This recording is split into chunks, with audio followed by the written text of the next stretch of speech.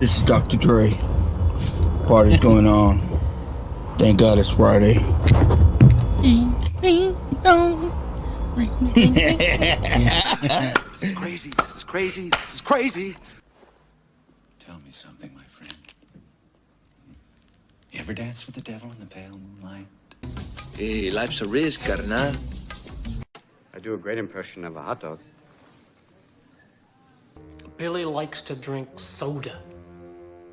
So am I to understand that you men completed your training on your own? That's the fact, Jack! Come on, seriously, who is that? I only came here to do two things, man. Kick some ass and drink some beer. Looks like we're almost out of beer.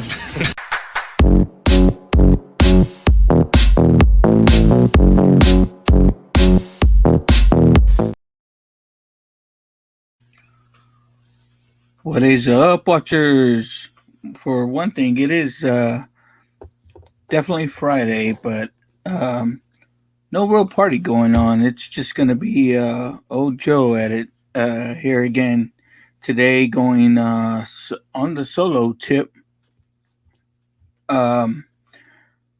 will have Luck back pretty soon. He and I got to see him this week, and we are talking about doing some things, but I'm gonna take it back to the old school again today, guys. We're gonna do a watch along, and this movie we're gonna do a watch along. It's another one of those that Lucky probably wouldn't do with me, so you guys get to hear it for yourselves, and it's gonna be fun.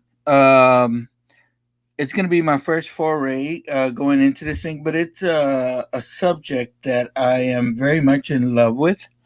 A subject that I follow, and while this movie all around, I don't know how great of a movie it is. I seem to watch it every now and again, and I especially kind of try it when I'm getting into. Gives me a kind of a creature feature vibe. And the other thing about this movie that we're gonna watch today, and that I'll tell you guys, is this movie was directed by Eduardo Sanchez. And Eduardo Sanchez, if his name might sound familiar to anybody, is Eduardo Sanchez was one of the co-directors of the Blair Witch Project. So as you know, Blair Witch came out, I think it was around 99, 2001. And I remember watching a documentary about it before it came out, and I swear, man, I thought for a second there, because the documentary kind of came out on the Sci-Fi Channel, and it was presented as real. So you know, me being into the paranormal and stuff like that, of course, I saw it, and then took the girlfriend, now the wife, out to see it, and yeah, it was crazy, man. This was at a time that they were saying people were walking out of the theater and throwing up and getting sick. We didn't have none of that, but it was definitely an interesting movie and an interesting vibe. So when I had heard that he did a Bigfoot movie, I was very much interested in that. Now the movie we're gonna do today wasn't as successful as the Blair Witch. I'll say that. But this movie is called Exists, and Exists was made in 2014. The budget wasn't big, but the box office wasn't big either. I think it only got a limited release, and it made more once it went into streaming and DVD sales. Um, I'm gonna tell you, you can find it basically anywhere. As long as you're willing to watch some ads with it, you can see it on the great Tubi. They still haven't given us um, a deal yet, but you know, maybe that's coming one day. I did find another podcast that does Tubi Movie Tuesdays, which I one time threw at Luck, and told him we need we need to do something like that, because man, Tubi is just it's got a wealth of great things you can watch and listen to and hear. If you're ever on Tubi, though, it has an abundance of Bigfoot movies, good and not good. Uh, but the one that I'm talking about today is called Exist, and I definitely recommend it. It's an hour and 20 minutes, so it's not taking up too much of your time. Um, um, you know, we're gonna check it out today, and I figured I'm gonna talk about some of the movie, but um, I wanted to share with you guys a few of the Bigfoot stories that have always um, I've always liked to hear and or have told.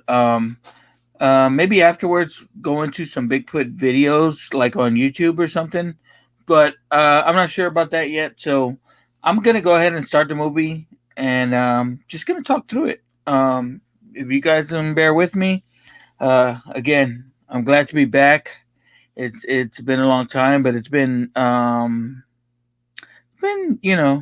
life's been kicking our butt pretty good here, but there's some light at the end of the tunnel, and we're gonna get through this, man. So I know this helps me. I hope it helps some of y'all listening out there. So let's get to it. All right. Starting this movie in 3, 2, 1. Let's go. All right, like I said, I'm watching Exist on Tubi. You can watch it anywhere. It's a Lionsgate movie. Came out in 2014. This movie did debut at South by Southwest, which is in Austin, close, just up the road here from San Antonio. Um, it actually won the award at South by Southwest. So again, there was maybe some high hopes in this movie. This movie talks about there's 3,000 Bigfoot sightings reported every year. So again, it hits you right where it starts.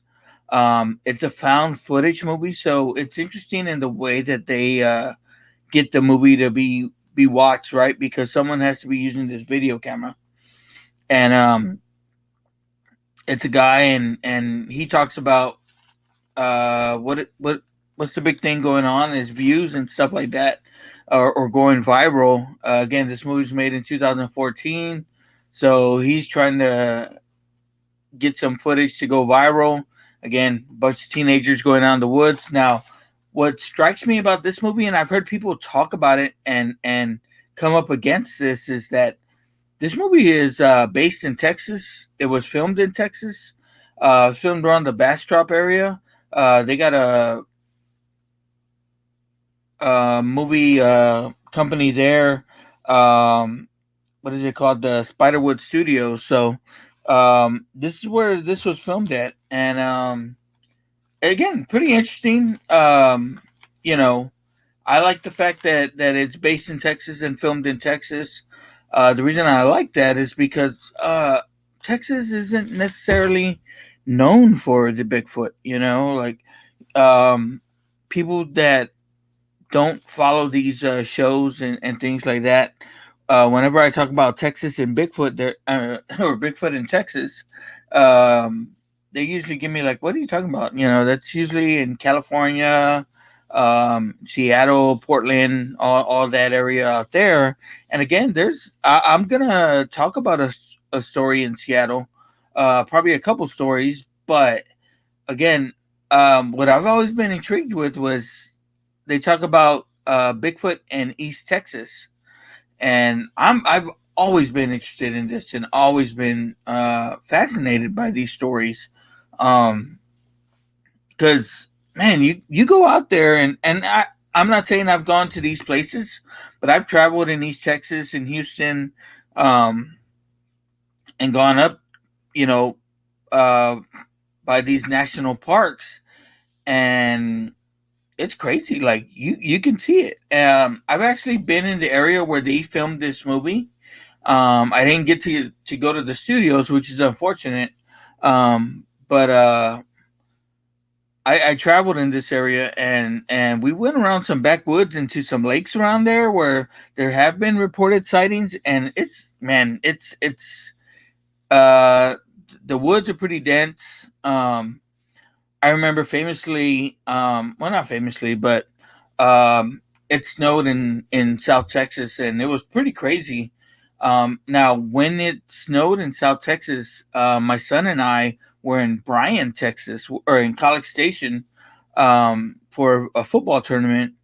Um, instead of staying there and being stuck there, we tried to beat the snow back to San Antonio, and that involved, there was a lot of highways that were closed at the time, so that involved taking some back roads. And I'm telling you, man, you get in the backwoods of Texas, and it's pretty scary, pretty crazy. You can see how stuff happens, things happen, and you get these stories. Now, I will tell you this: there's a town called Bigfoot, Texas, but that has nothing to do with this. um, uh, we're early on in the movie here, and they're playing some pranks. And you know what happens? You're driving down a back road in the country. Basically, the story is they're going to their uncle's cabin out in the East Texas woods. A bunch of either they don't look like high schoolers, maybe like just graduated, like early 20s. Again, it's that old story of kids going in the woods to do crazy things, and they're going to the cabin to go camping. They got there's a lake nearby that, of course, you're gonna get some of those stories or some of those tales of or hints of a little bit of horny couples going out there or something. But this ain't that story. Now it starts with they're playing a prank, and they're burning their friend's beard, and they're watching it. Right, he's watching it as he's watching the video, and the video shows them when they hit something on the side of the road. So they hit something on the side of the road, um, and the video caught it a little bit, and you get that classic Bigfoot stance, that halfway stance. Oh man, I wish I had my little monito so I could show y'all.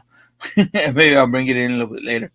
Um, but they get out to the cabin. Again, this cabin is not good.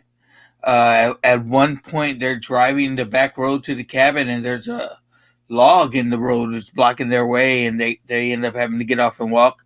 I'm telling y'all right now, fuck that. I don't like to fuck around in these woods anyway. You know, when Jen and I first got married, and I think when the kids were younger as well, we used to go camping a lot. But now, man, dude, this summer, oh my god, it's been like 100 degrees for like 5 days straight. Frick that, man. But the water's cool out there in Chalk Bluff. I do recommend it.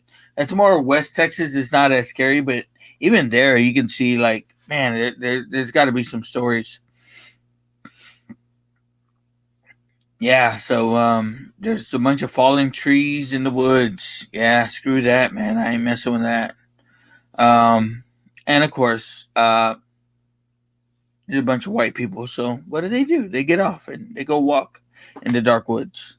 Now I will say, when I was a teenager, we did some stupid stuff like that, going walking into missions. But again, we never had. At the time, I didn't know of any Bigfoot stories here in San Antonio. But maybe that's where I'll start at, guys. Um, there's you can look it up on YouTube. There's a 911 recording of a lady just up in probably northwest San Antonio, and this is a long time ago, probably 90s, late 80s. She talks about seeing something uh, come out. Uh, I want to say it kills a deer, picks it up, and goes running off with it. Now, it's a 911 call, so it's like she's kind of freaked out because she talks about, like, she's a homeless lady. She lives out there in the woods in a tent with her boyfriend. Again, people kind of hear that, and right away they, she's on drugs or whatever the fuck. But it's. I mean, it seems pretty crazy. They actually send a unit to investigate and stuff like that, and again, like it's a crazy fucking story, but it was here in San Antonio, Texas. Now, there's a guy famous or infamously named Rick Dyer that claimed that he killed a Sasquatch here in San Antonio, Texas, and he was going to take it around, and I want to say he toured with it, right? Like he toured with the supposed fucking corpse and shit, and showed it off. But it's thought of that this dude hoaxed the whole shit. So again, believe what you want to believe, but East Texas was crazy back in the day, and it's crazy now. Like now, when there's a lot of people that talk about is like that. I don't believe in Bigfoot because they would have found one already. There's stories and there's a lot of stories that have come out of species that have just been discovered recently. Mostly in the water, but they talked about a species of apes that were found in Africa that they didn't think existed, and they ended up finding them. I mean, you ever see these? I mean, you go on National Geographic, and of course they have Bigfoot documentaries and stuff like that. You can always get into those, but I mean, you just watch the chimpanzee stories, and those are freaking crazy. Like there's some there. Um, there's some there that are freaking crazy. Um, but I mean, where it starts for me, as far as being into this Bigfoot stuff and the paranormal kind of cryptid, I had a cousin named Mike, and my parents separated about like 1988. I was 8, 9 years old. We went to go stay with my uncle George, my aunt Susan, and I had a cousin named Mike that lived with us, and he had all these books, and yeah, I was, you kind of, stuff like that goes down, and you're a young kid, you're kind of looking for stuff to get into or stuff like that, get your mind off of the bullshit that you're dealing with on the other side, and he had he had this one book, and it was a series of books, and one was about ghosts, one was about legends, and the legends one talked about Bigfoot. It had the famous picture of uh, of Bigfoot, the classic stance. I want to say, it had stories about Loch Ness monster and stuff like that, but the Bigfoot story always intrigued me. Now, I remember it used to be one of these stories like on National Enquirer or something like that.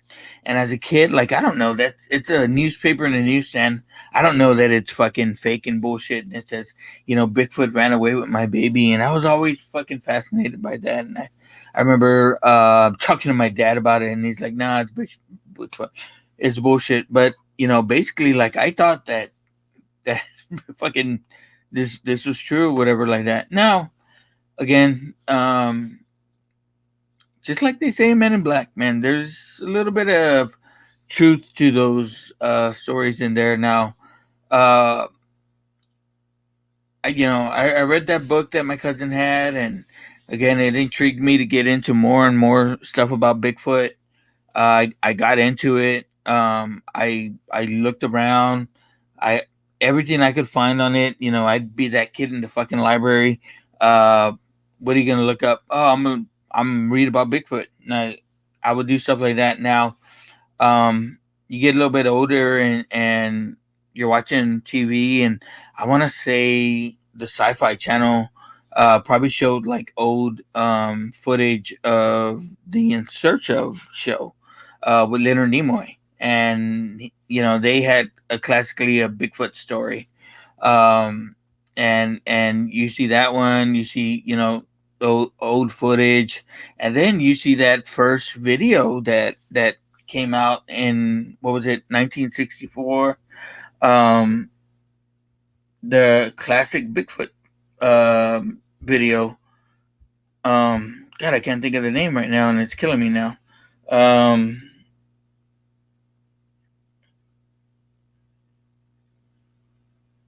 no, we're gonna find this out now. In the movie, in the story, the way again that they're pushing this, everyone has camera footage, and you think it's gonna be like, well, they're doing stunts and stuff at the river, at the lake, and that's why they have the GoPro cams with them and everything like that. So they're trying to do funny stuff like that, and it kind of gives you a story of how they they have the camera set up for everyone.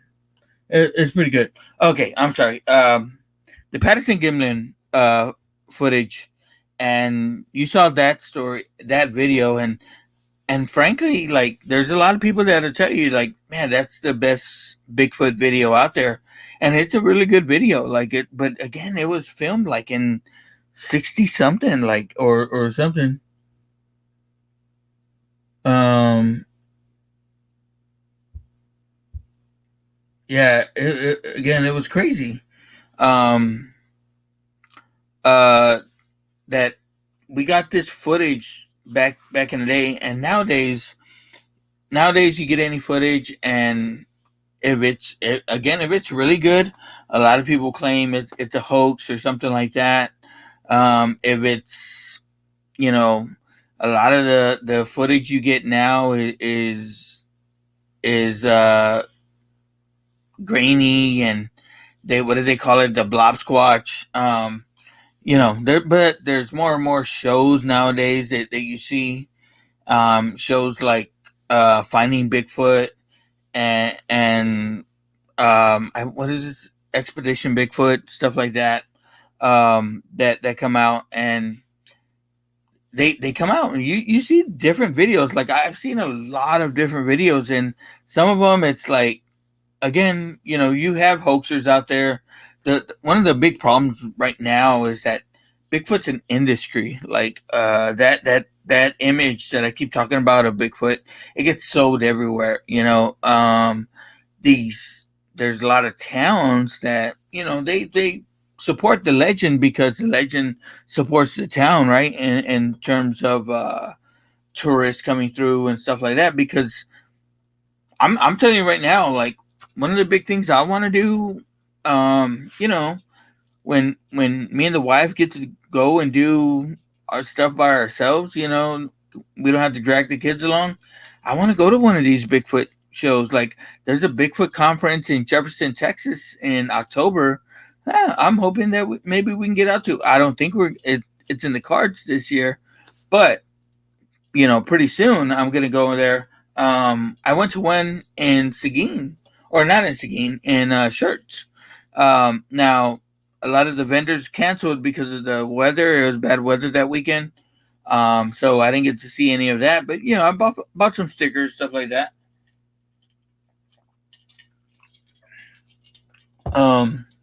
I don't know. I want to get out there and do it. Um, Shit, it'd be a dream of mine that when me and the wife are all old and stuff like that, because we ain't gonna be babysitting no grandkids. Um, we can get an RV and go fucking travel by ourselves, have some fun. Um, but you know, I, I'm I'm not one to travel. Like, I don't. I see, like, a lot of people like go to Vegas. I don't know if I would go and do anything like that. Like, I'm jealous of my friend Adam right now. He's in Seattle. I'm like, dude, look for Bigfoot. I would like to go to some of these spaces where they've talked about, or they've had these encounters, and I mean, East Texas looks fucking scary because it's East Texas, Arkansas, Oklahoma, right here, and that section right there is where there's a lot of sightings.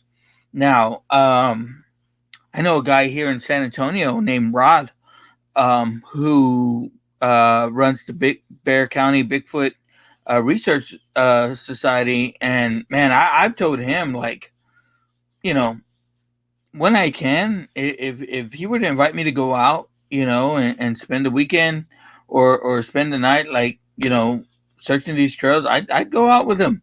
Uh, Rod, I just shared one of his videos on Now Watch This Facebook page.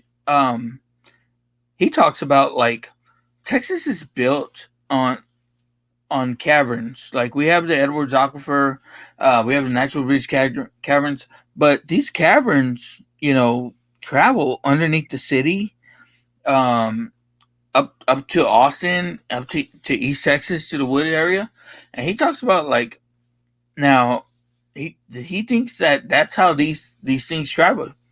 There's a lot of people that talk about the missing 411, right? There's people that have gone missing in national parks and woods and stuff like that.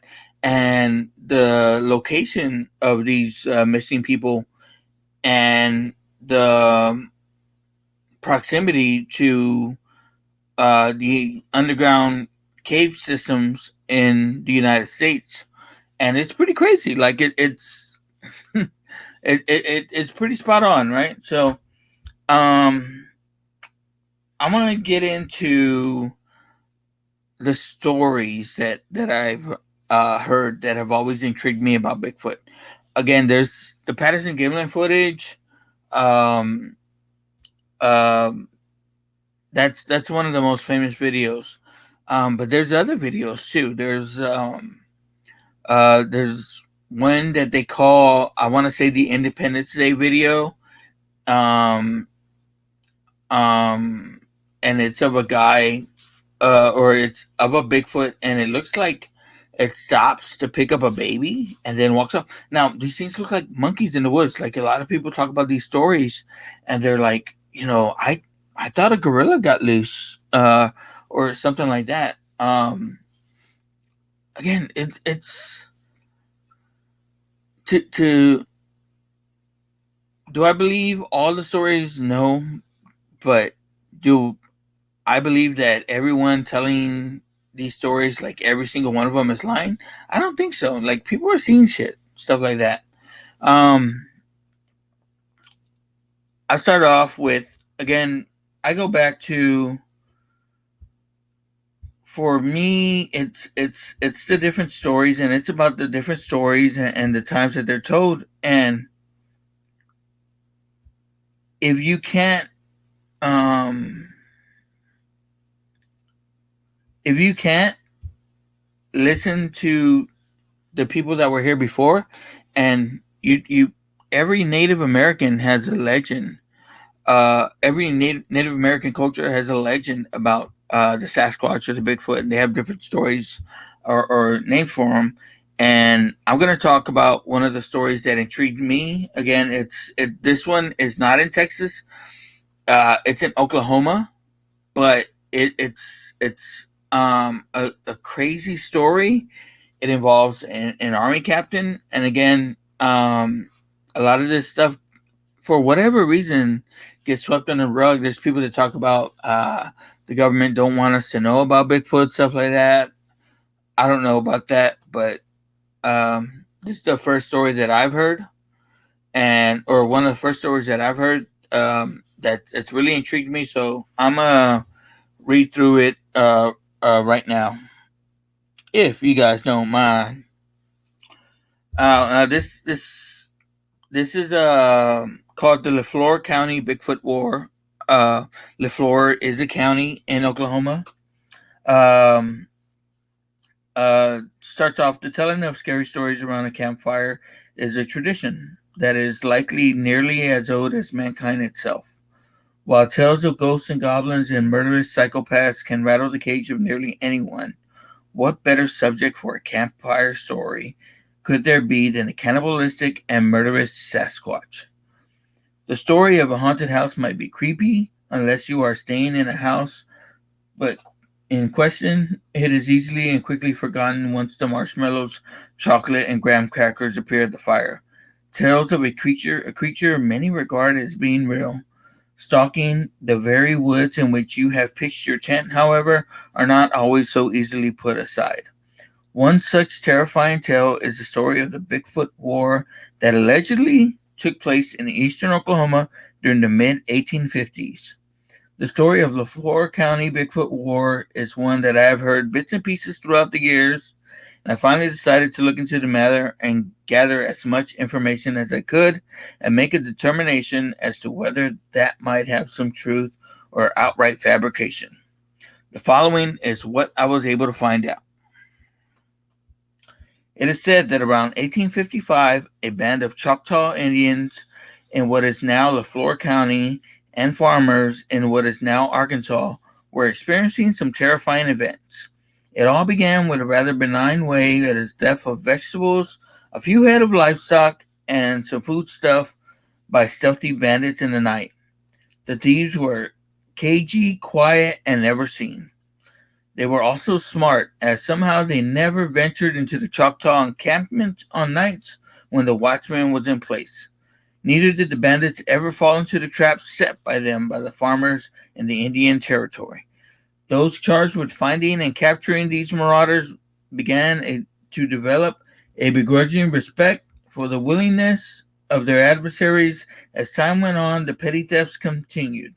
While the thefts were annoying and did cause some hardships, neither the Choctaw or the namely Anglo farmers were afraid of the food bandits.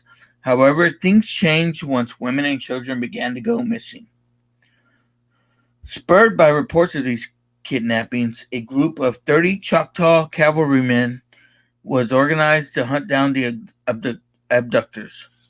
The group was led by Joshua LaFleur, a man of mixed Choctaw and French blood who was deeply respected by his fellow tribesmen. Also, the search party was a Choctaw warrior named Hamas Tubby and his 6th son.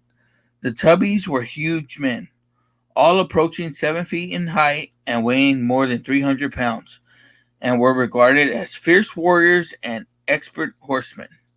The Tubbies were effective in mounted warfare, and despite their massive size, they became known as light horsemen. The contingent of searchers armed to the teeth set out to the region known today as McCurtain County, the wilderness area, to search for the kidnappers. After riding all day, the band they finally arrived in the area where they believed the bandits to be hiding. LaFleur brought his troops to a halt, stood up in the stirrups, and surveyed with a spyglass. It is unclear exactly what LaFleur saw. Whatever it was, he ordered his men to charge toward a stand of pines roughly 500 yards distant.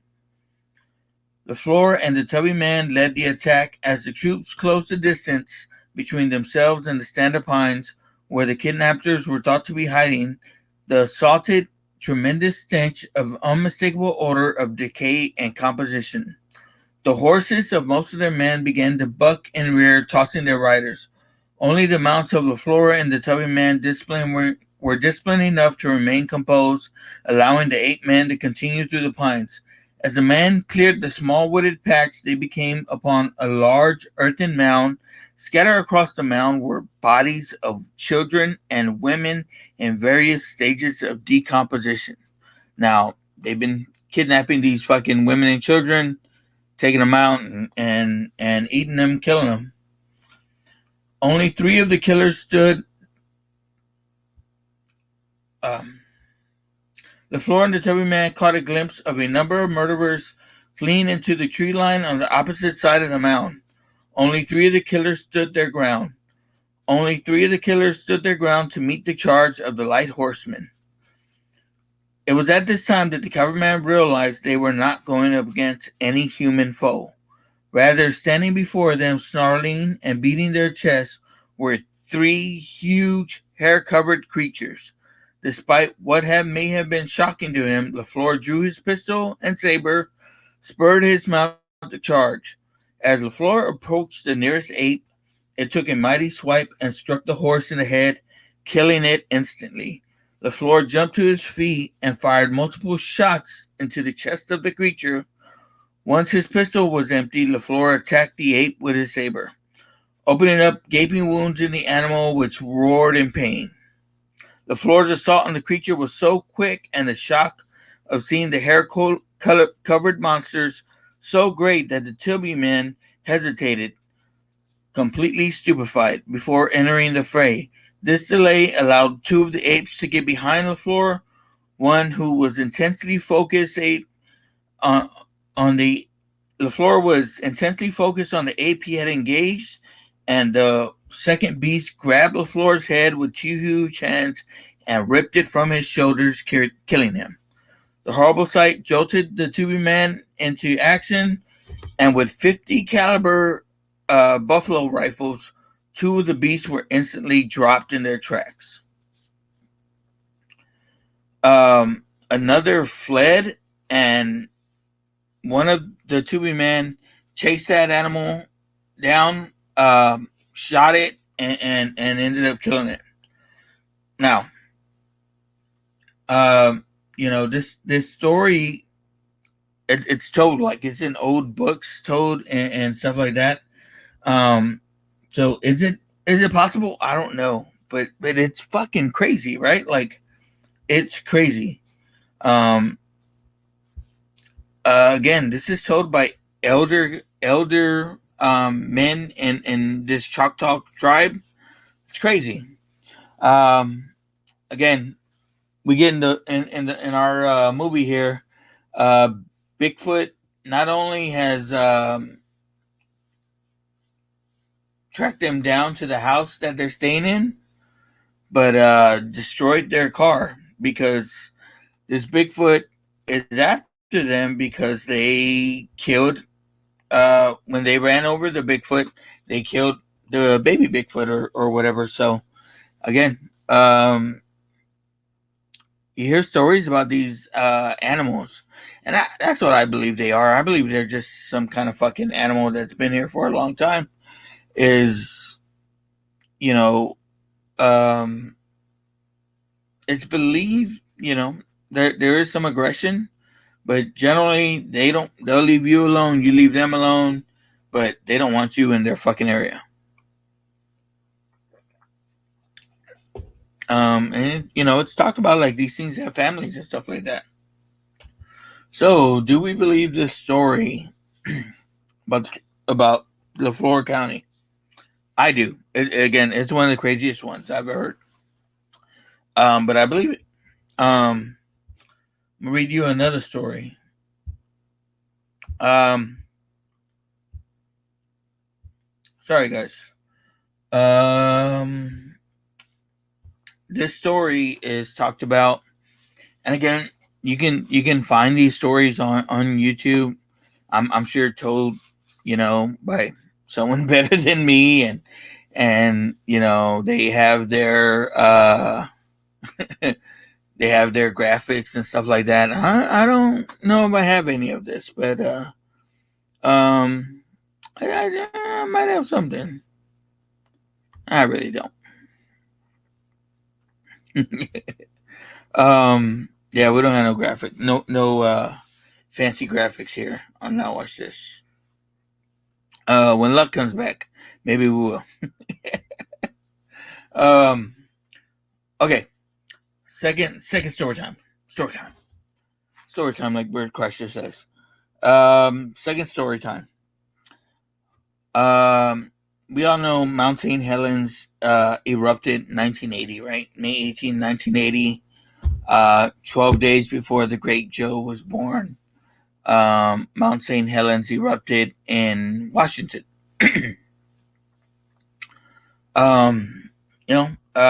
Killed it. It was pretty much a catastrophe.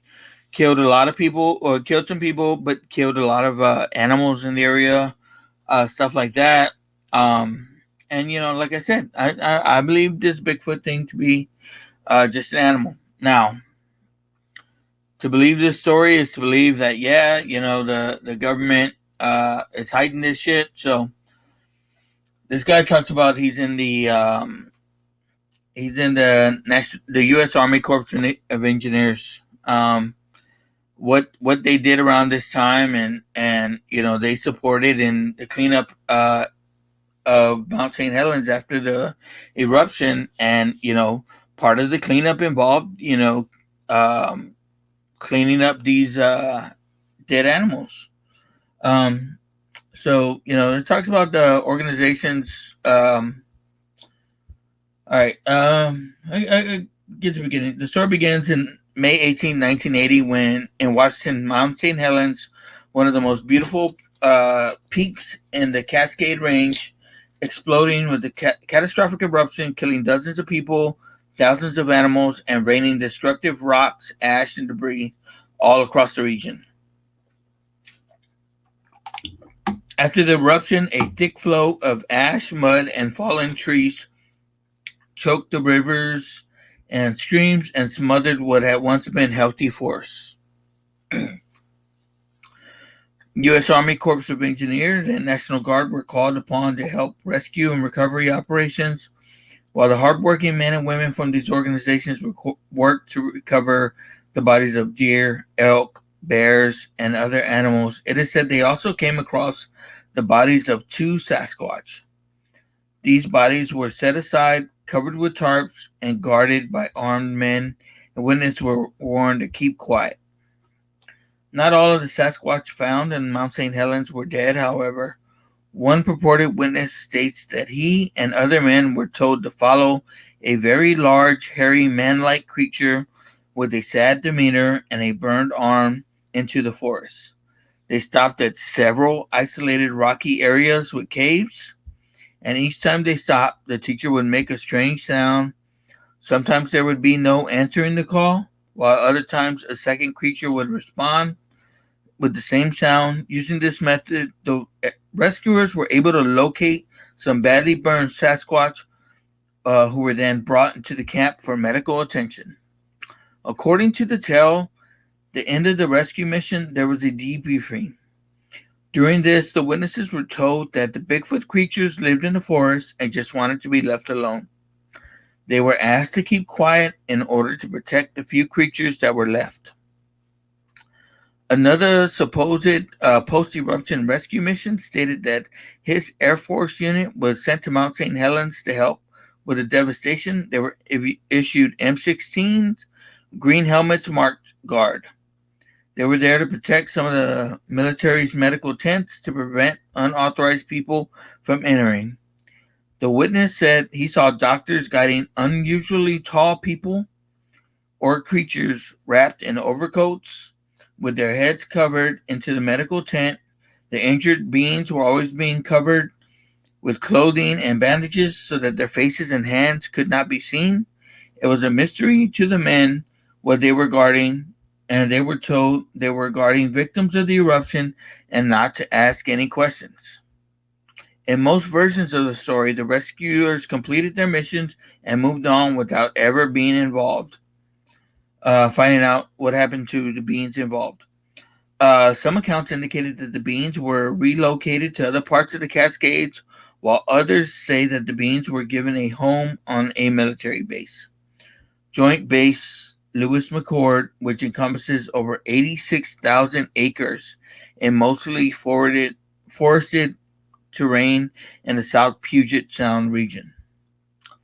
What exactly happened at Mount St. Helens following the eruption? Were burned Sasquatch really being saved by the military?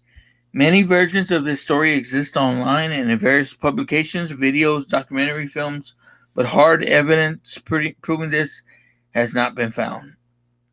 Again, this is crazy. So he talks about in Washington. Now, if you think about this, could it be true? Could it not be true? Hey, who knows? But there's many people with these stories, man. These are like coming out of the service. I follow a very good Instagram.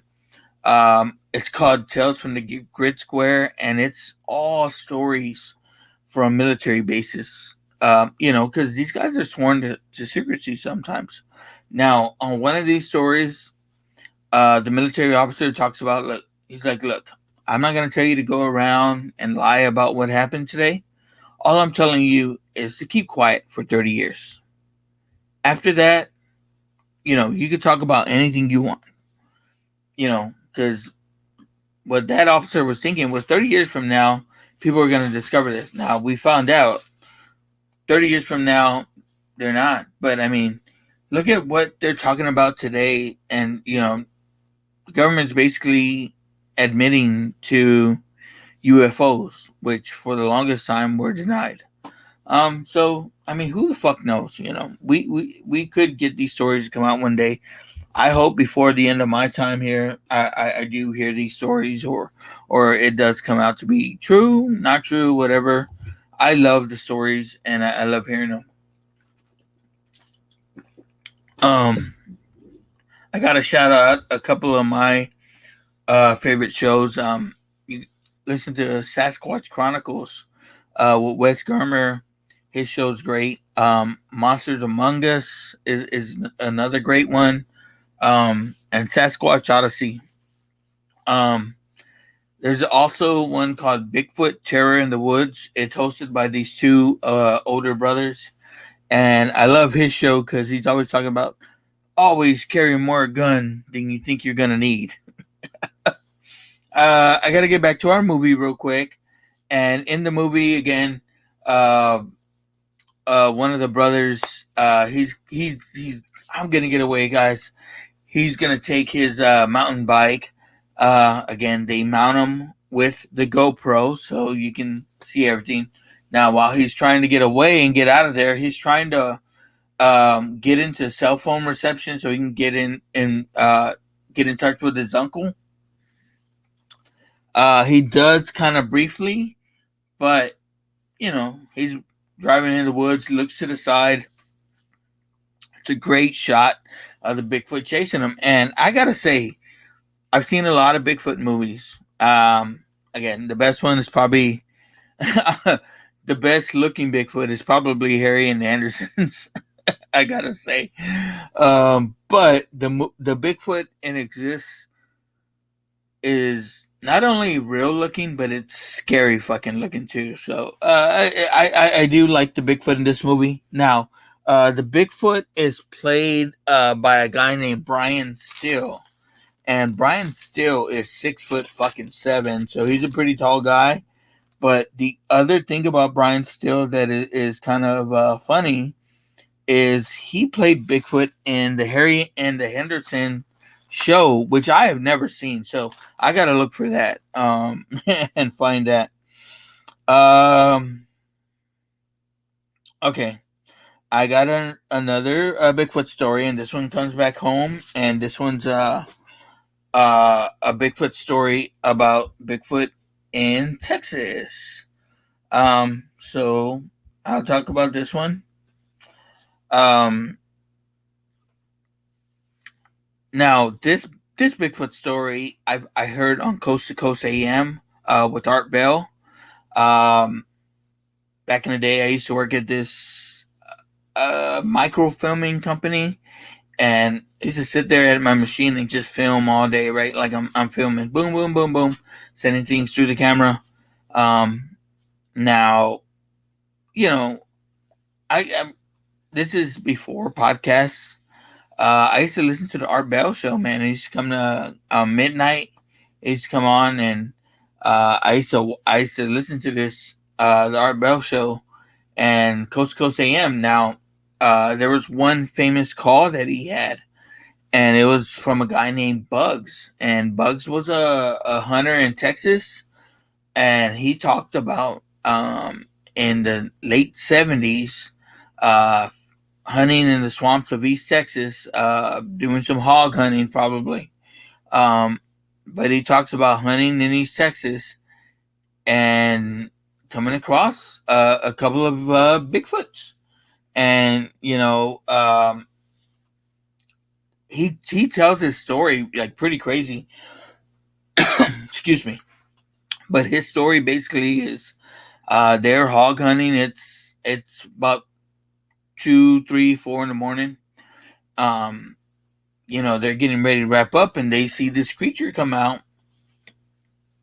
and they couldn't see who it was, but the creatures coming at them, they draw their weapons, and he talks about, he was a Vietnam veteran. Um, he's killed people before. He goes, this. They talk about he's like the animal. It looked like a human being, but big and hairy. And he said he didn't stop, so they reared up and shot him.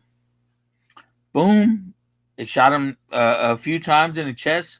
Had to be a large caliber bullet or rifle or whatever.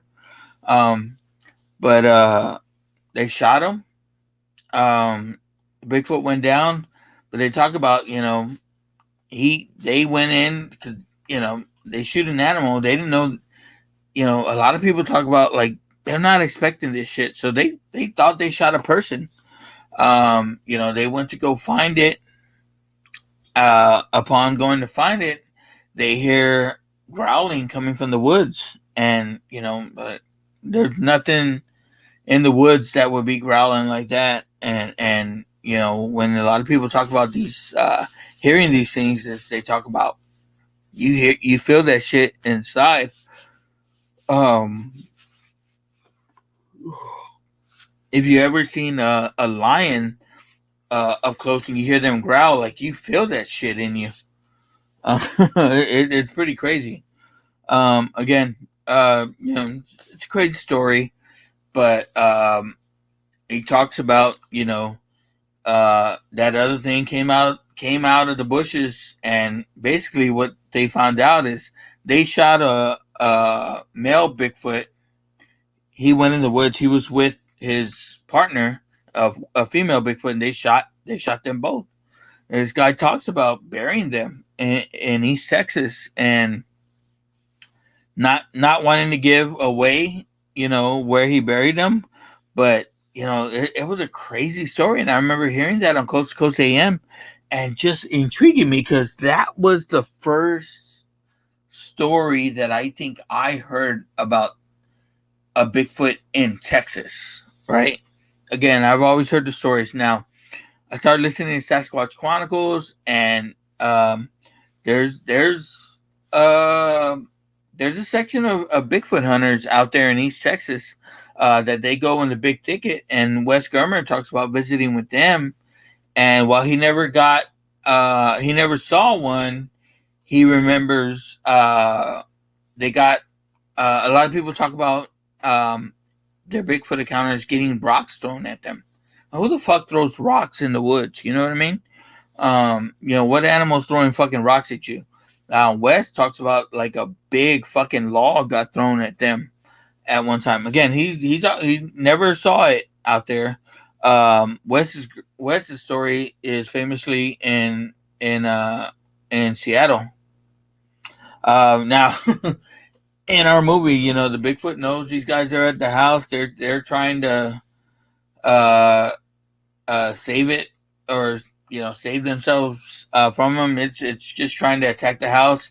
They boarded themselves up, and at the same time, they found a gun in the house, so they think that that's gonna protect them from the Bigfoot. This motherfucker's trying to get in the house like crazy. So that's what generally thought about these fucking creatures is if they want to get you, they're gonna get you. You know what I mean? Um, um, but yeah, I want to go back to Seattle because they talk about a story that happens in Seattle, and it happens in Ape Canyon. Again, why would they have the names come from like, I guess, old Indian term? Why would they call something in Seattle Ape Canyon? Right? Like, what the fuck? A famous story about a bunch of miners that are down there. Miners, Miners, not Minors. A bunch of miners that were staying in a room. Now, at one point, they come across one of these Sasquatch and they fire on them and they shoot them. That the Sasquatch ended up falling off a ledge. They didn't kill him, and they returned to their cabin. Well, they returned to their cabin. Little by little, they start hearing bangs at the doors. Bangs, bangs, bangs. Boom, boom, boom. Then they're getting rocks thrown at the cabin all night. They stayed in this cabin while fending off these Bigfoot, and they had their guns and stuff like that, so they could shoot. But the Bigfoots were trying to get in. They ended up barricading themselves in the cabin, and just staying there all night. And finally, in the morning, the Bigfoots got out of there. But that's crazy. A lot of the Bigfoot stories that happen in Texas are in East Texas in the Big Thicket area, around Caddo Lake. So, man, I would like to go out there and travel out there. There's another story in Texas, and this is in Texas. Yeah, they have a big hog problem. Oh, oops, sorry. Move my hands too fucking much. Sorry about that, guys. In Texas, there's a big hog problem, right? Hog, wild hogs, and not the ones, not the Tim Taylor, Martin Lawrence movie Wild Hogs, which is a good movie. But they talk about there's a lot of stories that come out of Texas about from hog hunters, right? So this guy talks about he's in his blind and he's hunting hogs, and something that he's like, this never happens, but the hog ran towards his blind, right? He's trying to get a shot on it. It runs towards his blind. He says he's sitting there waiting for his shot, and out of nowhere, something jumps out of a tree, lands on top of the hog, punches the hog with one hand, knocks it out, picks it up with one hand, and slams the hog against a tree. It, again, fucking crazy, right? Fucking crazy. The hunter stayed in his hunting blind. Well, this thing ripped the hog apart and just walked off with it. There's another story. These guys are out hunting about 5 a.m. They're hunting with night vision goggles, right? So they're hunting with night vision. They see in the field a bunch of wild hogs. Boom, boom, boom, boom. They shoot them. About 5 or 6 of them laying there dead. So they're getting ready to go collect their kill, right? And out of one section, they see something, and what it's been called with Bigfoot is a spider crawl. Something crawling like a spider, and it looks like they're crawling to the hogs. They said they see it. They're watching it on their night vision. It stands up. It looks like a fucking person, but a big fucking person. And just starts picking up the dead hogs and throwing them to the tree line. Boom. They said 6 fucking dead hogs there. Boom, that they shot, thrown into the tree line.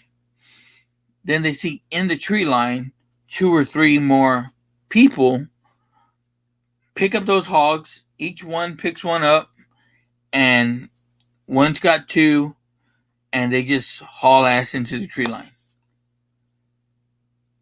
These guys had no explanation. They did not fucking go over there and find out what the hell that was, because these things were so big. But they just saw their kill get killed. So, or get taken from them. Again, that story freaked me the fuck out.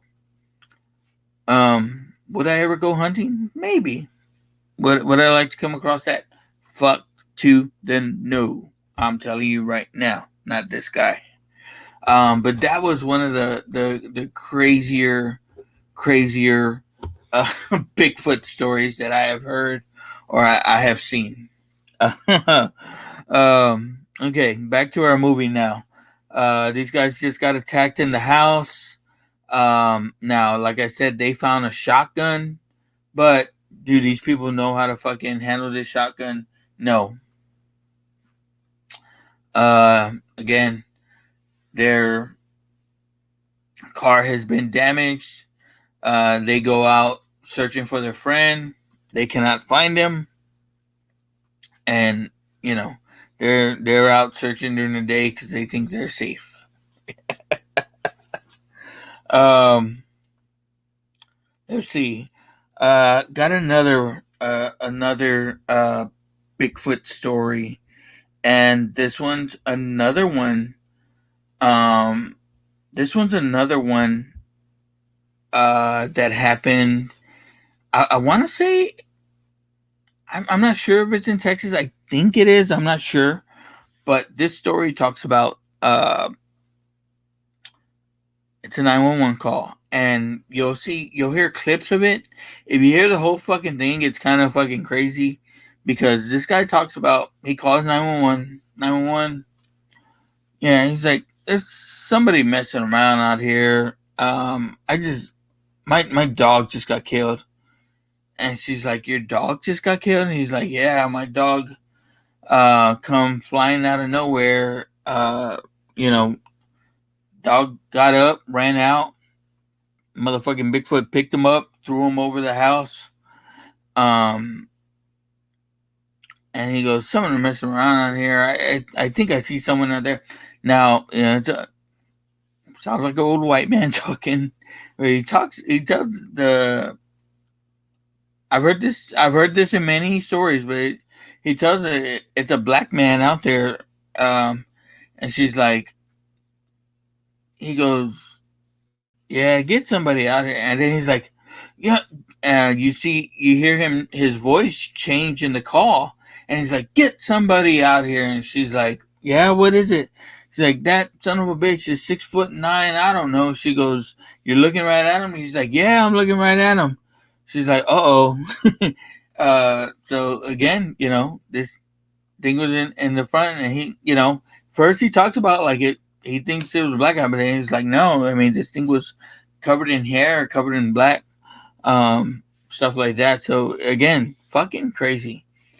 Now,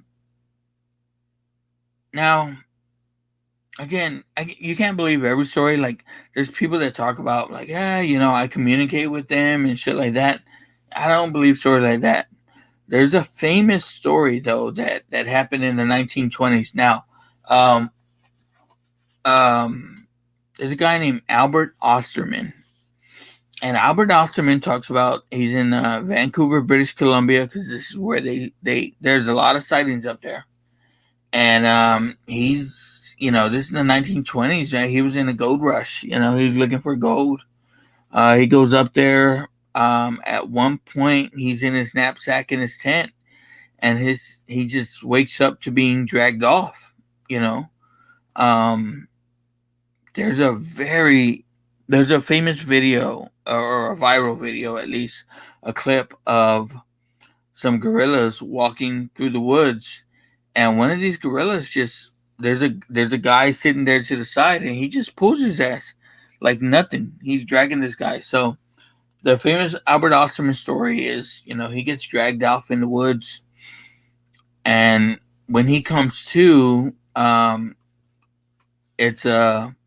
he says it's a male Bigfoot and a female Bigfoot, and there's two kids, and they keep him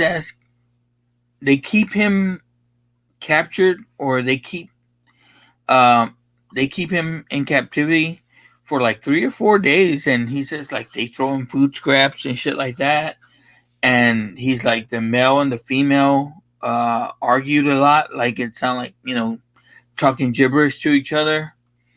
And finally, the male sees him go for his knapsack, and he had tobacco, right? Like people rolled their shit back in the day.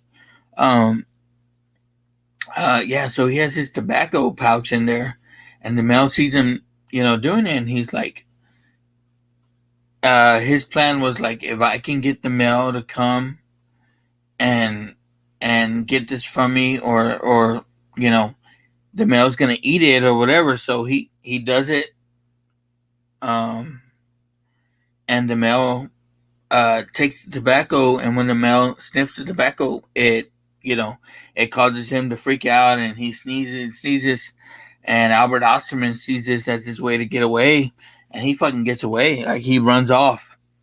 He talks about, um, he talks about, he stayed gone for a good while. You know what I mean? He stayed gone for a good while, and he he didn't tell this story until like the 50s or something like that. But yeah, man, that's crazy. Like again, it goes back to the 1920s, and this is before the Patterson Gimlin footage and stuff like that. Now, bringing it back to our area, and this is Texas, Arkansas kind of area. There was a famous movie called The Legend of Boggy Creek, and Boggy Creek was basically a Bigfoot kind of story. Again, they talk about, the Bigfoots in Washington, Seattle, as big and big, tall, strong ones. They always talk about the ones in Texas to be small and or at least skinnier and scrawny, and but hairy, stuff like that. Now, again, we get back to our story, and they're at night, they're hiding, and this guy just thinks that he's gonna, they're limited on guns and bullets, and he's gonna go and shoot his shotgun out uh randomly while big ass fucking rocks are being thrown at him. Oh god. But yeah, Bigfoot's gonna get them. Um, yeah.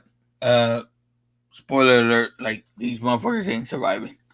Again, you don't go running at night, and it surprised me because they had a bro do this in the movie, and I'm like, typically I would expect more. Come on, that's white people shit. Uh, so they find in the movie, they find this little um stowaway with a camper in the woods, and they find this camper, and they just go in this camper, which that's the scariest fucking thing to me. um Hulu got me last year when they had a special coming out, and it was called Sasquatch, and it was basically a murder mystery movie, or show about killings out there, and they blamed it on the Sasquatch because it was out there in California. But basically, it was these fucking weed farmers that were killing people out there. So, fucking Tubi, you got me with that one. Um, um, I talk about our movie exists here. Of course, one day me and Lucky are gonna do Harry and the Hendersons, or even Adrian said he might come on with me and do Harry and the Hendersons. This is the only Bigfoot movie these motherfuckers know about.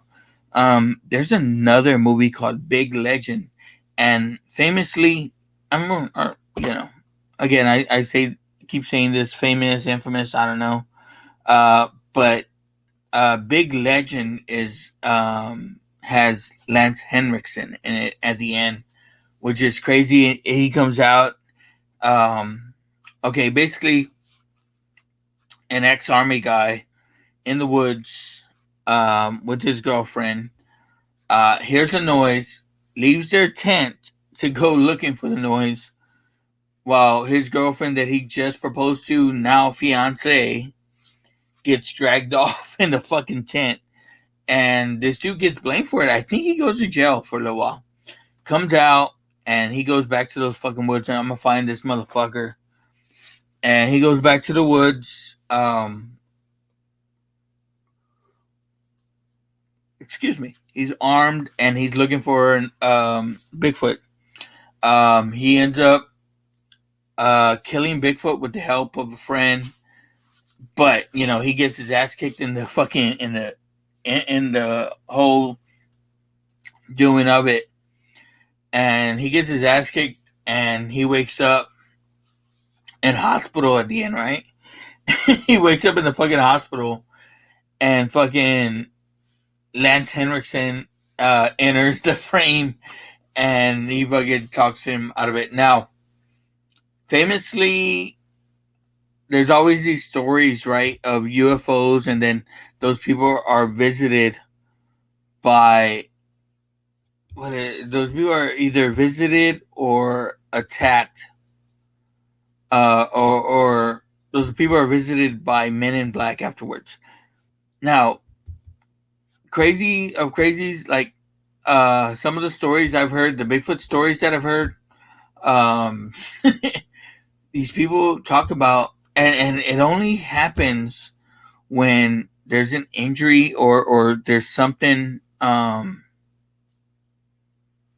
like uh through the cops, or there's a report that's been made or something like that. uh this story is talked about. Not men in black that visit them, but uh one man in a suit, and the other man, he's dressed like um a woodsman or something like that. Like they always talk about, like, he looks like the brawny paper towels guy. Just fucking funny to me. But yeah, I've heard those stories. Those stories are pretty crazy. So and if Bigfoot visits you, hurts you some kind of way, some guy in a fucking that looks like the brawny man will come up to you and try to convince you that, or tell you that wasn't Bigfoot that you saw, that was a bear. Um, there's a lady. She talks about she was visiting from England. During her visit from England, she was on the coast near Seattle, near Portland, and doing some sightseeing there. While doing the sightseeing there, she goes to the beach. So she talks about she has a camera with her, and she's taking these pictures, and she's in a secluded fucking beach. She's up on a ledge, and on the beach, she sees four creatures come out of the woods. One of the creatures, she's like she's so like dumbfounded. She couldn't, like, she's there to take pictures. She's so dumbfounded by this that she can't even take the pictures, right? She's looking, um, and as she's looking for what's happening, and the male creature went into the water, and he's throwing seaweed back to the female creature, who's rubbing the seaweed on herself, on the kids, on the kid Sasquatch. And she talks about snapping, like, that she's gonna take the picture. She turns her camera, and the cover to the camera, the lens, the cover drops, and when she drops, they all turn to look at her, and that the male just starts running at her. She kind of faints, out of fear. And when she comes to, the male and the female are going at each other, back and forward, back and forward, back and forward. Um, and one of them grabs her, or the male grabs her, and she says she passes out again. When she comes to, she's back at where her car's at. So she tells this story, and as she tells this story, or as she talks about this story, um, they tell her, no, those were bears that you saw. They had to have been bears. She goes back to England, and she don't tell her story. Ain't no one's believing her, and that's one of the problems that they say a lot of times with this thing is that people don't believe you. So people that are reputable that have these beliefs, they don't talk about it because they're made fun of, or it's always said jokingly. You ever see a Bigfoot story in the news, in the actual news, and they're laughing about it? It's not. It's funny to them. Um, I listen to the Sasquatch. I I used to watch that show, Finding Bigfoot. It's a fun watch to watch, but these people went into the woods loud with cameras, stuff like that, a camera crew. You're never gonna, I'm not an expert, but you're never gonna find these motherfuckers like that. They knew it. So they talk about like they go in without all the pomp and circumstance, and that's when they get their best, I guess, findings or whatever. Um, Again, I just I don't believe all of it, but I believe some of it. Famously, there's a guy named Todd Standing has uh, a documentary called Discovering Bigfoot that I think you can watch on Tubi as well.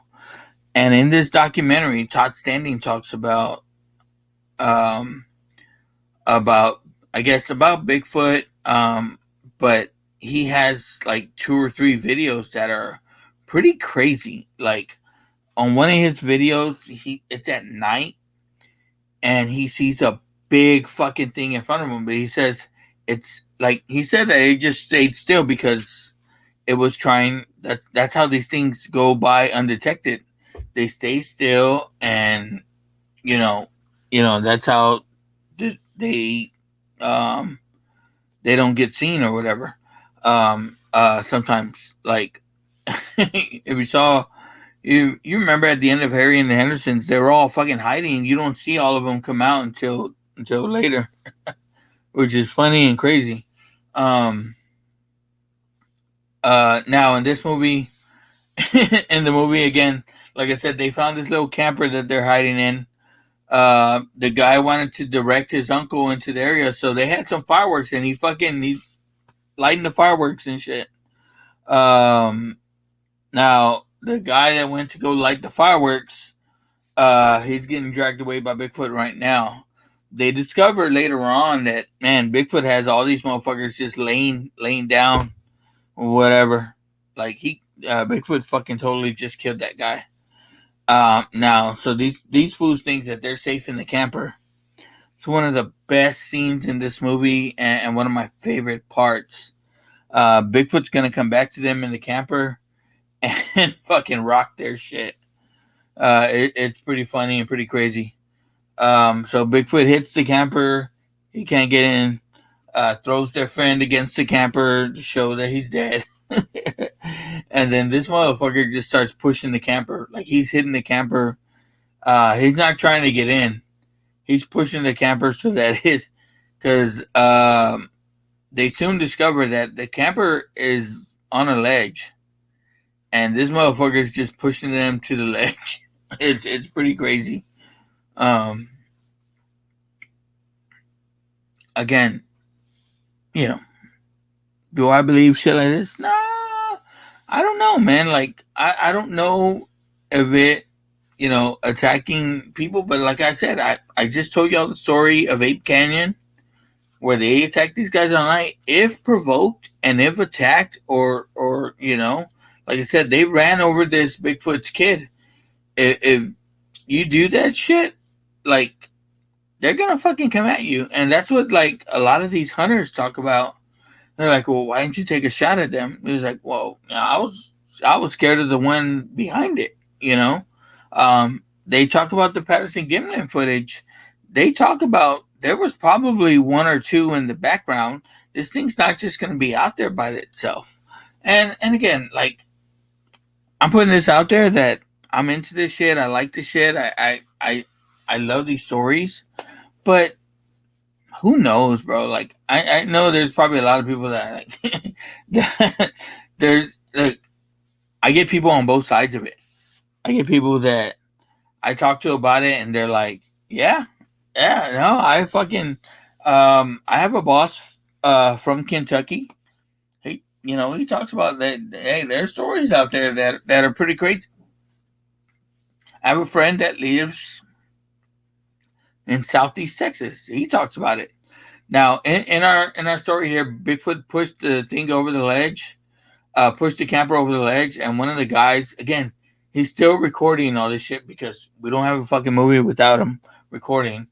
His friends are dying. His brother's in there. He just died. The girl that was in the cabin with him, she got stabbed while the thing was running. One of the best fucking scenes is the camper's on the ground. The Bigfoot jumps from the top of the ledge into the camper, and the guy's filming up, and it just shows Bigfoot land on the camper. It is so fucking great. Now Bigfoot takes this guy fucking or chases this guy into the woods, knocks him out, and he's taking all the bodies to a place, and he has all the bodies of all of these motherfuckers lined up out there, um, and the baby's out there, like he has the dead baby's body out there as well. One of the creepiest sights, one of the craziest things. Again, this movie is trippy, man. I recommend it. I know I've been talking and telling stories through it, but I've seen this movie like 4 or 5 times already. It's funny. Good movie, man. Good movie. So again, like the Bigfoot's killing them, dragging their bodies. Uh, I said it before. I'll say it again. I like the way they played the cameras into the movies. Into the movie. The GoPro cameras, stuff like that. Um, I like that they. I like the look of the Bigfoot. Like, there's an there's another Bigfoot movie called Bigfoot. It's called like Bigfoot the movie or something like that. It stars fucking Danny Partridge and Greg Brady in it, and they use like a cartoonish Bigfoot, which it looks pretty stupid. But again, it's funny. Now, like I said, Bigfoot drags all these motherfuckers there, and this guy wakes up, and he's next to all the dead bodies. I want to say he's gonna start filming again because again, we don't have a movie without this guy. Um, so he starts looking through the camera at what's around him, and it's 4 of his dead friends. Their bodies covered in flies, dead, on the side. And I want to say the Bigfoot is there too. The dead baby Bigfoot. Um, but who shows up? But his uncle. His uncle shows up, and again, why is this Bigfoot fucking terrorizing them? It's because of this baby. Uh, if anyone was a fan, I used to like the Survivor Man. Well, I still do the Survivor Man show. That guy, he talked about like there's been a couple of times when he's been out there and um, he's come across things that he can't explain, sounds that he can't explain. Um, you know, again, there's no monkeys known to be in North America, but you come across these things, and it talks about like oh, we heard a monkey in the woods. There's no fucking monkeys in the woods. You know what I mean? Unless it's these things. You'll hear plenty of what they call Sasquatch screams or howls, stuff like that. There's a famous Ohio howl that people have heard of. Ooh, so like his uncle came in. His uncle told these motherfuckers to stay away from the cabin. They didn't listen to him. The uncle has to come save him, has his gun, stuff like that. They're getting away, but again, you're running in Bigfoot woods, he's gonna find your ass. um, there's a story about a family, and this story it came to be kind of famous because um, the lady that told the story talked about like why are they hiding this from people? Like people need to know this and need to hear this story. Um, and this lady talks about like she ended up suing the government and to try to get these creatures recognized. And again, her video footage was filmed on an old iPhone, but there's some stuff in that video of that old iPhone. Now this lady recently passed, so she's not around to tell her story anymore. But uh, that is some of the creepiest footage. Now the guy with the camera gets chased down. Bigfoot kills his uncle. Bigfoot's there, and it looks like Bigfoot's gonna fucking kill him on the fucking thing there. And so he puts down the gun, he puts down his camera, and he's just sitting there waiting to die. Again, he's filming all this shit for YouTube and stuff like that to get views, but he's sitting there waiting for the Bigfoot to kill him, and the Bigfoot don't kill him. He just walks away. And again, it's fucking creepy. This is probably the clearest sight we've gotten of the Bigfoot. It's got a big old fucking wound on the shoulder from being shot. It's crazy, man. This movie is one of the better Bigfoot movies that I've seen. There's another movie. Our movie's coming to an end here, as this guy realizes that Bigfoot's probably not going to kill him, and he's waking up. But is he ever going to go get all those? He had to go get the cameras, right? I don't know. But he makes it to his uncle's truck, and he's going to get out of there, right? Someone's got to stay alive to share the footage. There's another movie made by Bobcat Goldthwait, and yes, that Bobcat Goldthwait from the Police Academy movies, and this movie's called Willow Creek. This movie has one of the craziest fucking assumptions that I've ever fucking heard of or anything like that. This movie, the assumption in this movie is that Bigfoot is stealing women. Why is Bigfoot stealing women? Bigfoot's stealing women to mate with them.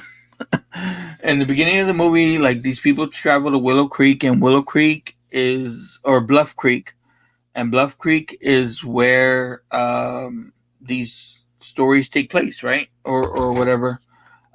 So Bluff Creek talks about Bluff Creek. The way this movie starts out, this couple is going to Bluff Creek, and Bluff Creek is where Patterson Gimlin footage was shot, I believe. So there's a lot of Bigfoot museums, restaurants, stuff like that out there.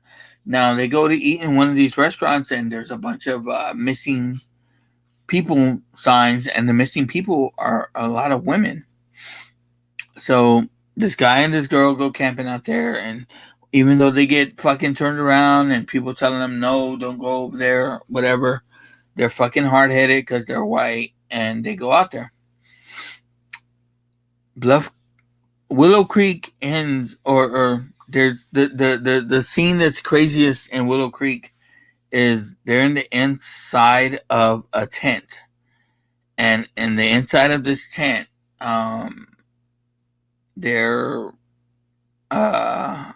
they start to hear like someone walking, and you're in a tent. There's no way to look out. They hear someone walking. They hear growling. They start hearing like someone come into their tent or like push into their tent. And like if you ever seen the original Blair Witch, one of the craziest scenes is that fucking tent scene in the woods, right? But yeah, so it's the same thing with this Willow Creek. Man, that's one of the craziest scenes. And so at the end of the uh, one of the end parts of the movie, it's a couple out there, and Bigfoot drags the girl away. And when she drags the girl away, like she has a camera with her, and in where the Bigfoot takes her, there's another fucking woman there in her underwear. Like, it's fucking crazy, man. It's fucking crazy. But that's another movie that I recommend. But I don't want to say that's it for our Exist movie. I hope you guys, if you watched along with me, I hope you liked it. But I don't know. Again, it was something that I don't know if luck was gonna do with me. But not everyone's into the Bigfoot like I am. So let's get into it. We'll get into our back end here. Let me see. Um, so Exists was my favorite part. You're the best. Oh man, nothing gonna ever get you down. Let me see. What was the best part for me? Um, the best part is that scene where Bigfoot's jumping down onto the camper. The footage of them seeing it's great. The other second best part for me is that it's based in Texas. Like I said, I love that part.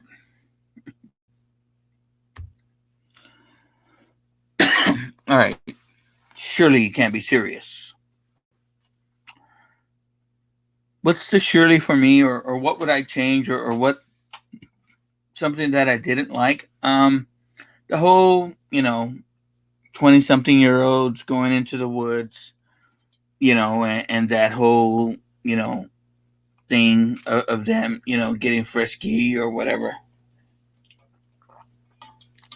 I mean, that's old and played out. It could have maybe went a different way, but I guess you wanted them not to be so likable, because they're, at the end they all meet their maker. Now if I can change, you can change. What would I change about this? I don't. I would have changed the reception that it got, like, because um, it's a bunch of no-name actors. Again, when they do these found footage movies, that's what they try to use. Um, so a bunch of no-name actors. Maybe a bigger budget. Although I thought the budget was used great, but um, this movie only made like 413 movie in the box, 13,000 in the box office. Again, it made more after the fact, but I wish it would have got a bigger release, I guess. And giving it some wheels, it could have probably, went on. Kevin Smith very famously takes his movies out on his own and travels with them. Maybe they did something like that here. I don't know. Now, in horror circles, which is, I like horror. This movie, it's seen in great regard, but outside of horror fanatics, yeah, it's not liked. But it is liked amongst the Bigfoot community, I think. Taco rating, I give it 2.5 tacos. It's not the greatest, right? And I give it 2.5 tacos, but these are filling fucking tacos. Like these tacos are gonna get you from breakfast to lunch just fine. You know what I mean? You're not gonna have heartburn afterwards. Your stomach's not gonna hurt. You're not gonna have the chortle. It's gonna be good. All right. So yeah, that's my taco rating for it. 2.5. 2.5 fucking barbacoa, I guess. Yeah. All right. Um, but that's all I got, guys. I gotta say, I'm sorry that it's been a while since we've gotten on. Um, you know, I can't wait for Luck to get back as well. But same with Luck is like, you know, we've just been having some things go on that have been a little stressful here or there.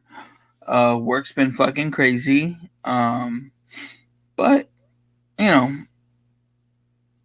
I do these things and I do this show, because there's shit I want to get out. But I know I do got a couple of fans out there at least that I'm doing this for. So man, I hope y'all like it. I hope y'all appreciate it. If you do like it, like and share. Visit us on our Facebook page, and Now Watch This Watchers.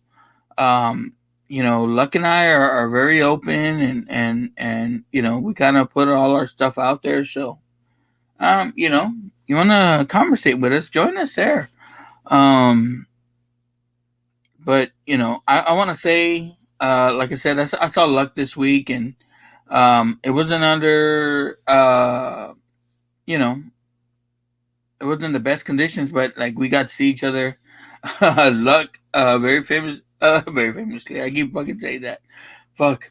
But Luck gave me a couple of Bigfoot novelties that he got for me. So man, I appreciate that, man.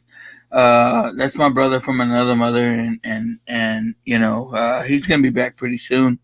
I might do a couple more with Adrian, but I gotta give a shout out to Adrian, my friend Adrian Olivati, Age that was on our last show. He's been conversating a lot with him, and my boy Chuck, man, Chuck from the Just Another Friday Night. They're more consistent than us guys. They're out there every Friday. Today they did a Mission Impossible episode that I can't wait to hear, because maybe it'll get me to watch the fucking Mission Impossible movies. Yes, I haven't watched those, so they're always getting me into something, so it's always fun. But I gotta thank Chuck, man, because Chuck's been reaching out and like, hey, man, when you putting something out? My brother, my wife, she's like, you need to go and record. You're talking too much. So, again, it's fun. I like to do it. I'm saying I do it for y'all, but I do it for myself as well, man. And I've reached out to other friends that, hey, man, get your shit, put your shit out there. Who cares what anyone thinks? But that's really all I got, guys. And what am I gonna say? What do we always say at the end of our show? But keep watching and keep listening. Thanks, guys. Love you guys. Bye. This is Dr. Dre. Party's going on. Thank God it's Friday. Ding, ding, dong. Ring, ding, ding. This is crazy. This is crazy. This is crazy. Tell me something, my friend.